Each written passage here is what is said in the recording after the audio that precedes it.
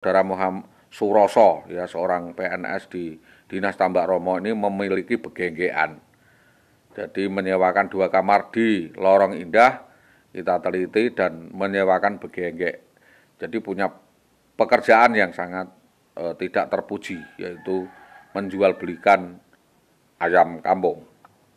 Atas rekayasa ini kami menuntut agar kasus ini dikembangkan, ya dibuka lebar-lebar dan jangan sampai kasus ini hanya berhenti di sini, sebab kami tentu akan menuntut pihak-pihak yang terlibat di dalam peristiwa penculikan dan perampasan ini untuk dapat diungkap dan diusut tuntas, disidik sesuai dengan maksud dan tujuan dan SOP kepolisian, bahwa mereka-mereka yang melakukan penculikan dan penguasaan atas alas hak kepada anak dan istri saya dan lain sebagainya tersebut agar dapat diproses hukum atas alas 277, yaitu membuat status seseorang tidak tentu, penculikan dan pemerasan, juga melarikan anak dan istri orang ini, penculikan yang akhirnya semuanya bisa jelas dan terang. Adapun nama-nama yang sudah saya sebutkan melalui media maupun pers, yang sudah dikantongi oleh kepolisian sendiri itu, bukannya kok tidak mengaku selesai, tetapi kan kepolisian punya SOP dan cara tersendiri yang sudah saya sampaikan kepada Polres Pati itu untuk diteliti dan diusut tuntas. Siapa saja dalang dan otaknya. Pada dasarnya adalah laporan-laporan masyarakat dan laporan yang kepolisian yang ada kaitannya dengan persoalan inti tentang adanya dugaan kuat keterlibatan pejabat-pejabat di oknum Dinas Pendidikan Tambak Romo dengan alasan gratifikasi suap dan setoran yang biasa, ini memanfaatkan kelemahan anak buah untuk ditekan atau ditindas bukan sebagai pejabat tetapi sebagai gendak atau sebagai pemeras atau penjajah. Negara ini negara hukum, negara ini negara merdeka, setiap orang haknya harus dihargai. Sekalipun itu pekerja, apalagi PNS, seorang pejabat tidak boleh sewenang-wenang melakukan pemerasan atau meminta upeti atau setoran. Waktu itu Jayus Setianto meminta setoran, ya intinya setoran penempatan sekiranya 45-50 juta. Karena tidak terpenuhi maka dia itu mengambil kesempatan itu untuk menekan saudari IWW untuk melayani hasrat biologisnya sebagai bayaran. Ini namanya gratifikasi seks. Silakan dicek. Saya yakin saudara Jayus Setianto ini terbukti. Karena apa? Itu adalah sebuah keyakinan. Apa ada semua orang melihat dan kabarnya seperti itu tidak yakin? Karena apa? Kenyataannya ketakutan. Pada saat kita mau gelar perkara, coba kita gelar saja apa peran saudara Jayus Setianto sampai mau menghabisi suaminya. Karena apa? Saking berainya dan pengen laki. Saking berainya dan pengen berhubungan dengan aman kepada tersangka. Jadi dasar laporan saya ini nyata, sudah menjadi keterangan masyarakat dan banyak saksi bahwa perbuatan bejat saudara Jayus dengan Indah Wayu Widiawati ini sudah menjadi rumor yang kuat, dan kepolisian juga tahu. Waktu itu kita sudah laporkan di Polsek Winong, namun tanggapannya minir dan laporan kita hanya diabaikan saja. Dan yang pada kaitannya dengan persoalan intinya adalah hukum ini selalu tajam ke bawah dan tumbul ke atas. Tentang adanya dugaan keterlibatan perselingkuhan. Nih, ya keterangan.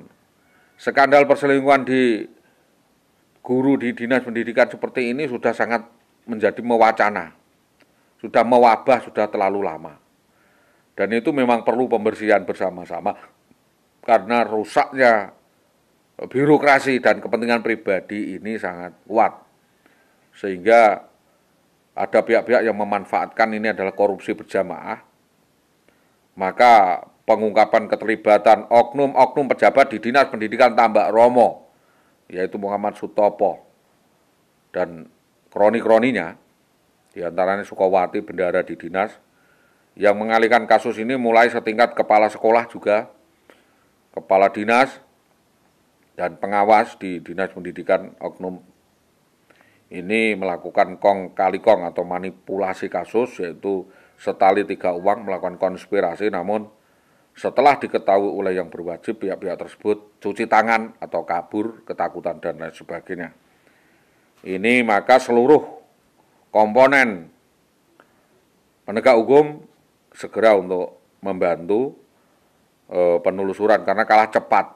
Selama ini kan ada upaya pencepatan untuk menghilangkan barang bukti, maka seluruh masyarakat di jalan atau di tempat itu di Mojolawaran Gabus sudah menjadi saksi adanya penculian itu.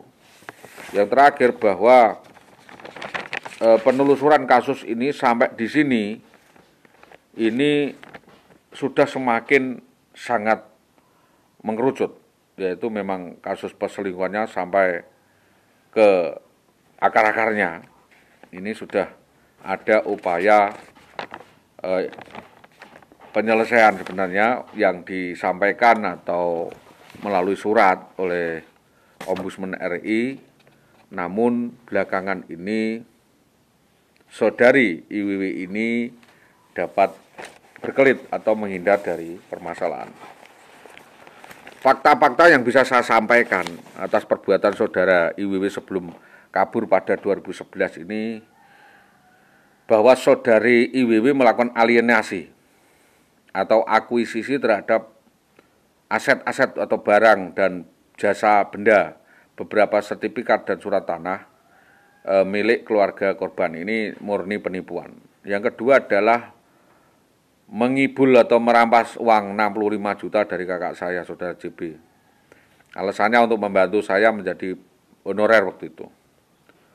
Lalu menipu paklik saya ya atas nama SDY Desa Karangkonang uang senilai sebesar 85 juta rupiah.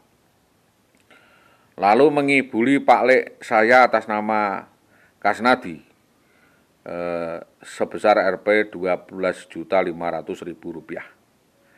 Lalu ngibuli paklik saya atas nama Mulyadi Rp 60 juta rupiah. Belakangan ngibuli saudara Wulaji Rp 20 juta rupiah. Lalu ngibuli ibu saya 75 juta rupiah, bisa lebih. Terus ngibuli saya dengan minta utang di sebuah koperasi BKK 40 juta rupiah dan 20 juta rupiah di sebuah konsorsium. Ngibuli orang namanya Purhadi 8 juta rupiah. Terus ngerayak atau mengibuli menggendam adik saya Inayah 30 juta. Ngerayak atau ngibuli lagi ipar saya Pauji Rp 40 juta rupiah. Terus mengambil uang di berangkas saya 195 juta rupiah, dari 200 juta hanya ditinggal 5 juta. Dan masih banyak lagi kejahatan lainnya. Konspirasi ini diduga terlibat melarikan uang dana desa atau ADD waktu itu karena dia ada bendara. Sekitar 50-an juta ini tinggal kabur oleh IWB. Karena saya selalu didesak oleh LMD bahwa ada seorang BPD yang menggelapkan uang. Bahwa setelah mendapatkan banyak uang itu dan diterima PNS, memang IWW sengaja men-setting dirinya seolah-olah dikasari ya, atau ada KDRT dan sebagainya. Ini adalah settingnya, notaknya saja untuk memfitnah saya setelah saya miskin. Setelah semua aset saya dikuras, dan atas kejadian ini maka kami menyampaikan kepada Polda Jawa Tengah maupun Mabes Polri agar Polres Pati segera menetapkan saudari WW ini sebagai tersangkanya dulu, baru konspirator lainnya atau pelaku-pelaku lainnya untuk dapat diseret di kepolisian, terutama adalah Bambang Permadi yang merekayasa kaburnya IWW, lalu seolah-olah mem-BAP berita acarakan saya dan mengancam saya akan membawa ke Polsek Gabus, ke Polres Pati. Nyatanya saya tunggu sampai sekarang Bambang Permadi sendiri yang kabur dari Pati karena memang banyak kesalahan. Dan saya teliti, memang kelakuan bejat, arogan, anarkis, premanisme yang dilakukan oleh Bambang Permadi ini banyak keterangannya. Baik di Winong, Pucak Wangi maupun di Jaken. Bahkan di Tambak Romo dan Gabus banyak sekali korbannya. Pernah membawa lari gadis orang disembunyikan di Undaan Kudus, menculik istri orang di Sinom Widodo sampai hamil, juga menggoda istri orang di Kedalingan. Saudara Bambang ini hidung belang, ya, dan banyak korbannya yang ditinggali anak. Maka atas kejadian ini, para korban ini sudah menyampaikan dan melaporkan juga kepada saya karena takut melapor kepada kepolisian atas yang bersangkutan ini ke kepolisian. Namun kasus ini sampai dengan sekarang berjalan, sudah 10 tahun ini Pak, belum ada upaya kelanjutan dan penyelesaian.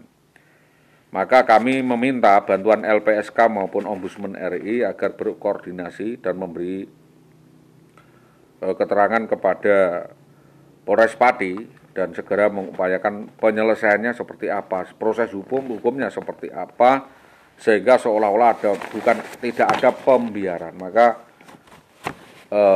permohonan saya agar para pelaku penculik ini segera dapat ditangkap, dapat diproses hukum, diadili, dan mendapatkan sanksi sebagaimana mestinya, sebagaimana hukum yang berlaku di Indonesia. Demikian hal ini saya sampaikan, mudah-mudahan menjadi maklum. Assalamualaikum warahmatullahi wabarakatuh.